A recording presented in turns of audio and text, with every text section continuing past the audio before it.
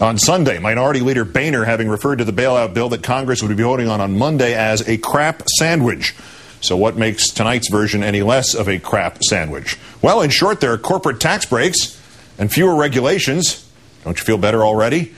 The Senate decided to tack on a set of corporate tax breaks to the bailout package in order to make it more attractive to House Republicans. On the Today Show this morning, House Minority Leader Blunt saying that two other changes might help garner more Republican votes. The increase in federal deposit insurance protection from $100,000 in an account to $250,000, and the relaxation of an accounting rule that was forcing financial institutions to acknowledge the losses on their mortgage assets before they could sell them.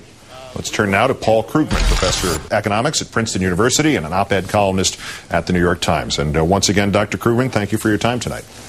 Well, thanks for having me on. Well, are those new Senate provisions good or bad, and how is this bailout and or rescued, we'll use both terms, how is it compared to the last one in your assessment?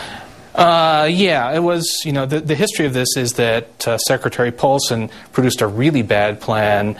Democrats took it and made it somewhat better, enough to be worth passing, though not by a lot, but it didn't pass. And now in order to get it through, they've actually made it worse, but in ways that are sort of standard. They basically larded it up with a lot of pork.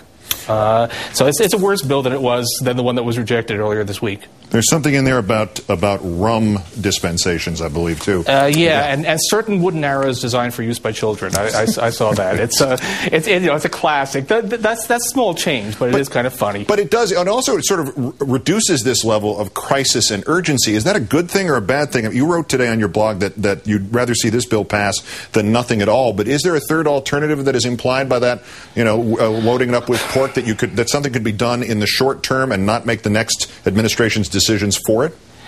I'm feeling a little bit like I'm suffering from Stockholm syndrome here. I mean, basically, Paulson produced a really lousy plan, and we tried to fix it up a bit.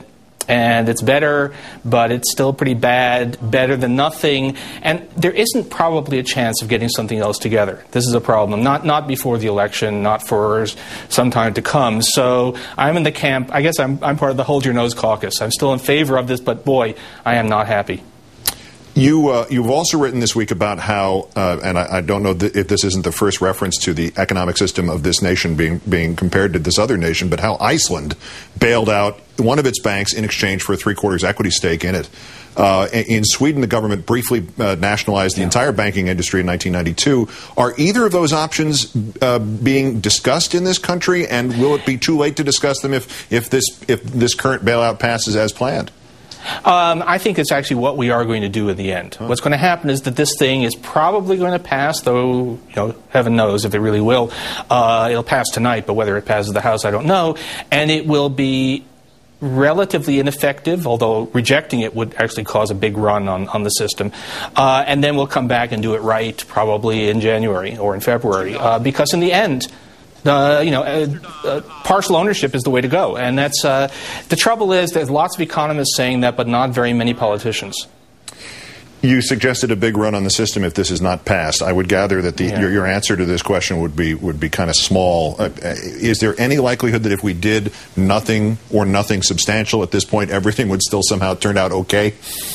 That likelihood has shrunk. One of the things that's happened in the last couple of days while we've been dithering over this legislation is that the evidence is starting to come in that the credit crunch is really starting to hit Main Street. McDonald's is cutting off credit to some of its franchisees. We're hearing stories about people's credit limits on their credit cards and their going down and their interest rates going up. So I actually think the odds that we would get out of this unscathed if we did nothing and spent a month thinking about it are worse than I thought they were a week ago. As quickly as that has appeared, and those stories are nationwide, how quickly would that crunch get unstuck with the passage of this? Oh, I'm not sure the crunch would. That's the thing about this bill. It's mostly an effort to stop things from getting worse too quickly. I don't think we're going to see a wonderful. We still need a recovery strategy, and this bill is not that. This bill is trying to plug some holes in the levee before the city floods. It's not a system to actually stop the flooding entirely. So McDonald's, we're advising them to switch the signs from billions served to dozens served. Paul Krugman of the New York Times and Princeton University Thanks so much. at Old Nassau tonight, as always, with our great thanks, sir.